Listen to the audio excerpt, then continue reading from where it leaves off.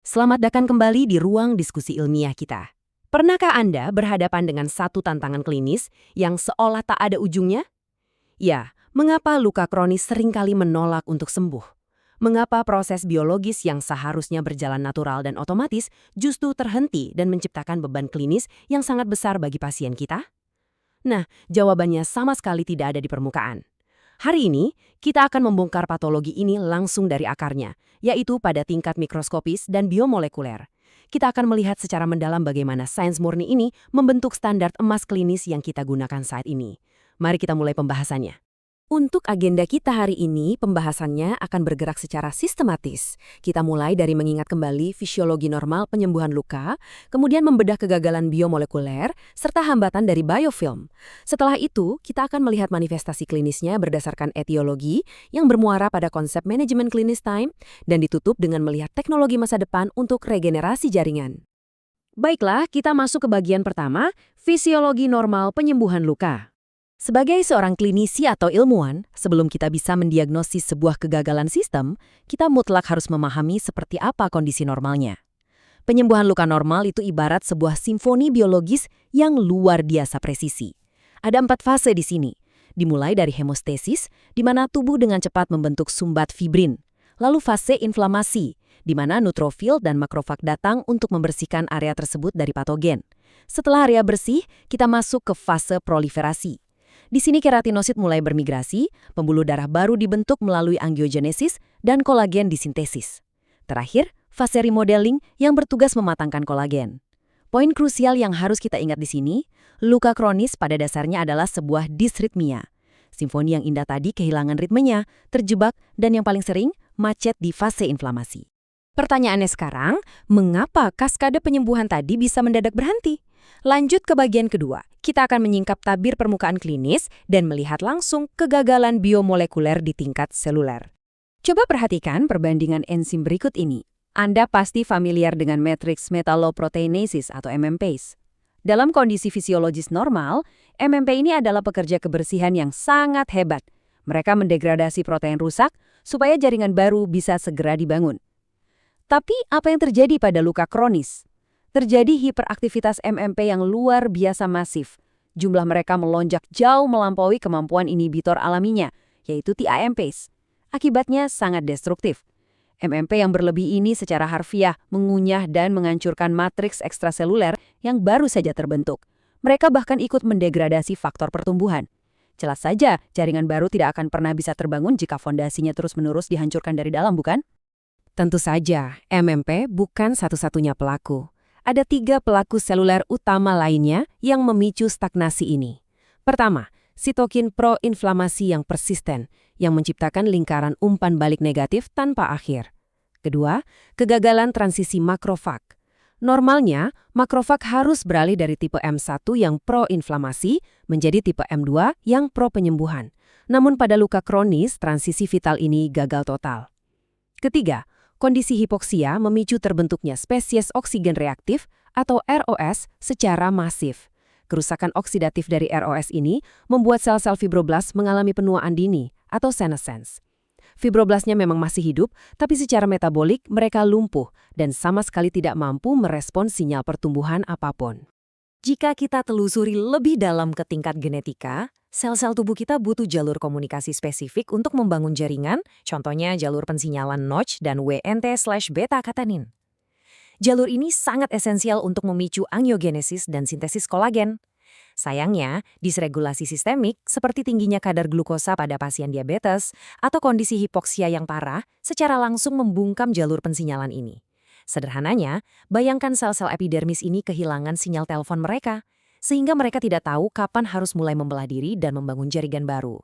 Sekarang kita beranjak ke bagian ketiga, biofilm dan hambatan pensinyalan. Ini akan menjawab mengapa seringkali ada luka tanpa tanda infeksi klinis yang jelas, namun sama sekali tidak mau sembuh. Masalah utamanya ada pada biofilm. Biofilm dapat didefinisikan sebagai sebuah komunitas mikroorganisme yang secara cerdik membungkus diri mereka dalam matriks polimer ekstraseluler atau IPS. Matriks tebal ini mereka produksi sendiri. Anda bisa membayangkannya sebagai sebuah benteng tak kasat mata yang sangat kuat, dirancang oleh bakteri untuk melindungi koloni mereka dari berbagai serangan. Mengapa benteng ini sangat berbahaya? Secara biomolekuler, biofilm menciptakan resistensi yang nyaris absolut. Sel imun inang kita, seperti neutrofil, sama sekali tidak bisa menembus dinding EPS yang tebal ini. Lebih menyulitkan lagi, bakteri di dalam biofilm dengan sengaja menurunkan metabolisme mereka. Artinya, efektivitas antibiotik sistemik yang biasanya menargetkan sel yang aktif mereplikasi menjadi sangat rendah. Dan yang paling merugikan dari semuanya, keberadaan koloni ini terus-menerus menstimulasi peradangan kronis melalui aktivasi jalur NF-kappa B tanpa henti. Mari kita masuk ke bagian keempat. Kini saatnya kita membawa teori mikroskopis tadi keluar dari ranah laboratorium dan melihat manifestasi klinisnya berbasis etiologi langsung pada pasien kita. Bila kita membedah 3 jenis ulkus utama di tabel ini, ulkus kaki diabetik, ulkus vena, dan ulkus decubitus, kita akan melihat bahwa meskipun ketiganya tampak sebagai luka kronis, landasan biomolekulernya sangat jauh berbeda. Pada ulkus diabetik, patologinya didorong oleh akumulasi AGEs yang berikatan dengan reseptornya memicu badai sitokin kronis. Berbeda halnya dengan ulkus vena, di mana tingginya tekanan hidrostatik membuat fibrinogen bocor dan membentuk manset fibrin. Manset ini mencekik proses difusi oksigen, menjebak jaringan dalam kondisi hipoksia hebat. Lalu, pada ulkus decubitus, tekanan mekanis memicu iskemia. Dan ironisnya, saat tekanan mekanis itu dilepas, ia justru memicu iskemia reperfusion injury, yaitu gelombang radikal bebas yang seringkali merusak jaringan jauh lebih parah ketimbang iskemianya sendiri. Logisnya, intervensi medis kita harus sangat spesifik dan disesuaikan dengan etiologi molekuler ini. Pemahaman fundamental inilah yang mengantarkan kita pada bagian kelima, konsep manajemen klinis time. Ini adalah pergeseran paradigma modern, di mana kita tidak lagi sekedar menutup luka secara pasif, melainkan aktif memanipulasi lingkungan mikroluka tersebut. Kita mulai dengan huruf T, yaitu tissue management atau debridement. Rekan-rekan, secara biomolekuler, debridement itu bukan sekedar aktivitas memotong jaringan yang sudah mati. Ini adalah sebuah prosedur medis yang sangat strategis untuk membongkar benteng biofilm yang baru saja kita bahas, menyingkirkan sel fibroblas yang sudah senesens, dan secara sengaja menciptakan trauma akut yang terkontrol. Trauma baru ini mutlak diperlukan untuk menekan tombol reset biologis, memaksa lingkungan luka agar kembali ke fase inflamasi akut yang responsif. Selanjutnya huruf I, yaitu inflammation and infection modulation. Bagaimana cara kita menjinakkan kelebihan enzim MMP yang sangat merusak tadi? Disinilah sains terapan bekerja. Kita menggunakan balutan kolagen ORC modern yang berfungsi sebagai substrat umpan. Kita biarkan balutan ini dikonsumsi sebagai pengorbanan oleh MMP yang rakus, sehingga faktor pertumbuhan alami tubuh pasien akhirnya bisa selamat. Di waktu yang sama, kita berikan antimikroba topikal dengan pelepasan lambat untuk melunakkan dan menghancurkan matriks EPS biofilm tanpa memicu resistensi bakteri. Huruf M adalah moisture balance atau keseimbangan kelembapan. Kita tahu eksodat pada luka kronis itu sangat korosif karena dipenuhi protease. Kita wajib menggunakan busa poliuretan untuk menyerap cairan merusak ini. Namun, dasar luka harus tetap dijaga agar tetap lembab. Kenapa demikian? Karena sel-sel epitel yang bertugas menutup luka itu tidak memiliki kaki. Mereka harus berenang menyeberangi matriks luka. Mereka sama sekali tidak bisa bermigrasi melintasi jaringan parut yang kering kerontang.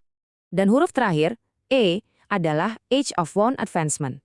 Ketika tepi luka statis, kita bisa memaksanya untuk bereaksi menggunakan teknologi seperti Negative Pressure Wound Therapy atau NPWT. Tarikan vakum fisik dari alat ini secara harfiah meregangkan sitoskeleton sel. Tarikan mekanis ini memaksa sel-sel yang tadinya tertidur lelap untuk terbangun dan berproliferasi. Seringkali, ini dikombinasikan dengan pemberian faktor pertumbuhan eksogen secara langsung untuk menembus sisa-sisa protease di tepi luka. Intervensi saat ini sudah sangat luar biasa, namun sains tidak pernah berhenti di satu titik. Mari kita melangkah ke bagian terakhir kita, masa depan regenerasi jaringan. Di mana tujuan utama kita kelak bukan lagi sekedar menambah luka, melainkan meregenerasi jaringan secara utuh. Kita sekarang tengah memasuki era kedokteran presisi dan bioteknologi canggih. Terapi sel induk mesenkimal kini diteliti secara intensif untuk memodulasi makrofag dari M1 kembali ke M2. Melalui efek parakrin, merekayasa ulang proses penyembuhan dari tingkat seluler. Lalu, ada teknologi 3D bioprinting yang luar biasa, di mana kita bisa mencetak matriks sintetis untuk mengatur struktur angiogenesis dengan sempurna. Dan di masa depan yang sangat dekat, balutan luka kita akan dilengkapi dengan biosensor cerdas yang mampu melacak fluktuasi kadar MMP dan pH secara real-time tepat di samping tempat tidur pasien. Terapi medis tidak lagi bersifat satu untuk semua, melainkan sangat terpersonalisasi sesuai profil mikroskopis luka pasien pada hari tersebut. Sebagai kesimpulan dari sesi ilmiah kita hari ini, integrasi ilmu pengetahuan biomolekuler murni ke dalam praktek klinis adalah kunci utama yang absolut. Pemahaman yang komprehensif dari laboratorium hingga ke ranah klinis, inilah yang pada akhirnya akan menurunkan angka morbiditas, mencegah amputasi secara signifikan, dan yang paling utama, mengangkat kualitas hidup pasien kita ke tingkat yang jauh lebih baik. Nah, melihat betapa pesatnya kemajuan bioteknologi yang kita bahas tadi, pertanyaannya adalah, seberapa cepat kita, sebagai akademisi dan klinisi, siap meninggalkan metode konvensional dan sepenuhnya mengadopsi regenerasi presisi ini di fasilitas kesehatan kita? Sebuah bahan renungan krusial untuk kita semua. Jika Anda senang dan berasa mendapat manfaat dari video pembelajaran formal seperti ini, jangan lupa untuk subscribe channel Ruang Dosen. Aktifkan loncengnya untuk mendapatkan notifikasi bila ada video ilmiah terbaru, klik like, dan pastikan Anda share video ini agar kita bisa menyebarkan ilmu pengetahuan ke lebih banyak rekan sejawat. Terima kasih telah belajar bersama hari ini, dan sampai jumpa di eksplorasi ilmiah kita yang berikutnya.